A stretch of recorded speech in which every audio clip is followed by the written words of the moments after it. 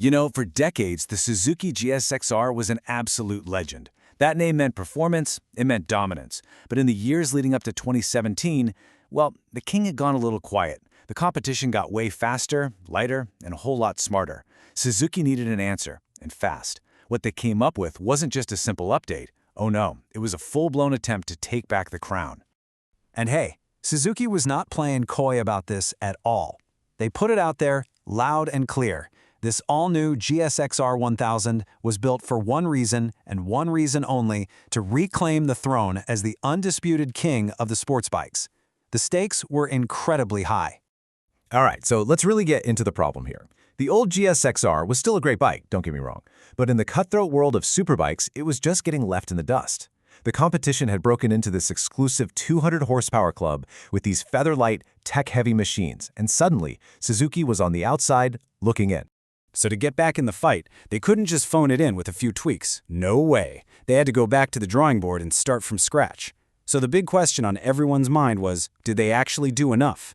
Let's break down the two key areas where Suzuki really focused all their energy.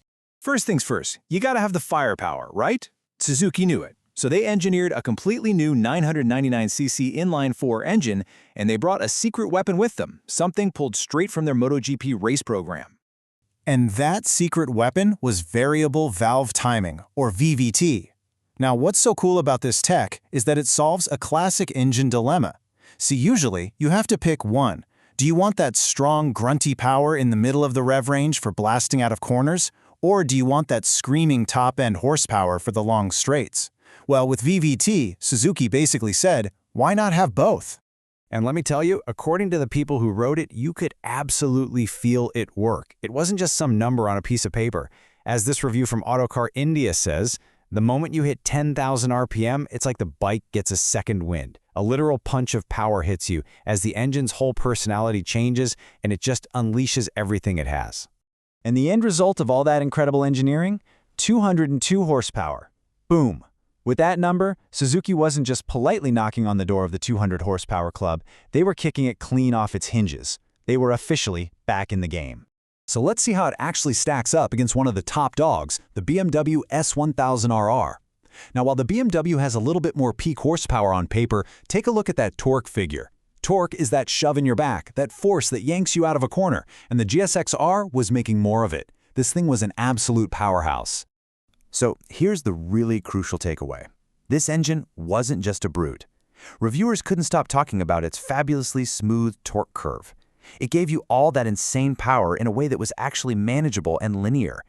It combined that meaty mid-range with a wild top-end rush. It was truly the best of both worlds.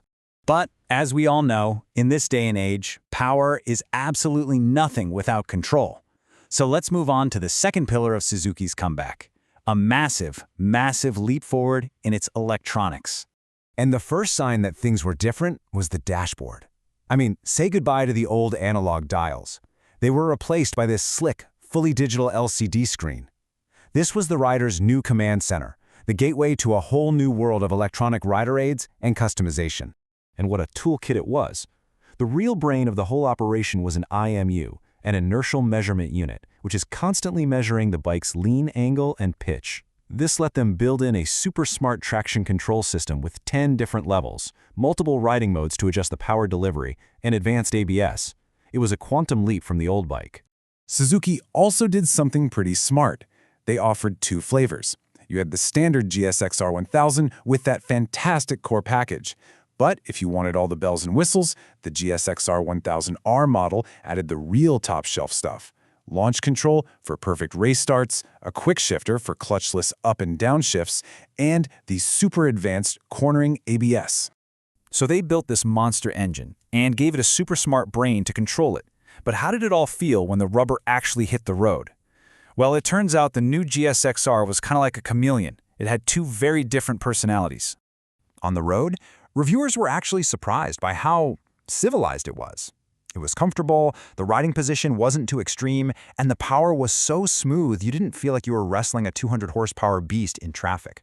For a bike this powerful, that was a huge win for everyday usability. But you take that same exact bike, that comfy street machine, and you throw it onto a racetrack, and you get a completely different first impression.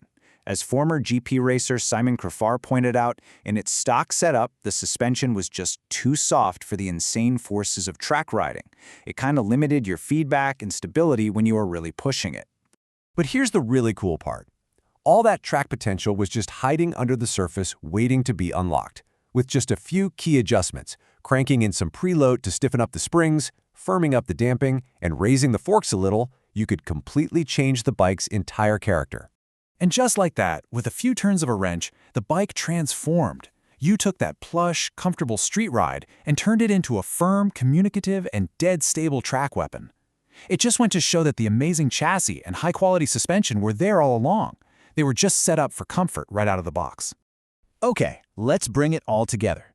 With a world-class engine, state-of-the-art electronics, and a chassis that could be anything you wanted it to be, what was the final verdict on Suzuki's comeback king? Was this thing really a worthy successor to the legendary GSX-R name? Well, when you look at the scorecard, the pros column is just stacked. That high-revving engine, the incredibly smooth power, the bike's rock-solid stability, the quality of all the parts, everyone was raving. The only real nitpick anyone could find was that the engine braking wasn't adjustable. A pretty minor detail in an otherwise incredible package. So, at the end of the day, the verdict was pretty much unanimous. The 2017 GSX-R1000 was a super strong motorbike. It was ridiculously capable, a ton of fun to ride, and just packed with potential, whether you were on the street or the track. This was a legend, reborn with a brand new heart and a brand new brain. The GSX-R was officially back in the conversation at the very top of the superbike world.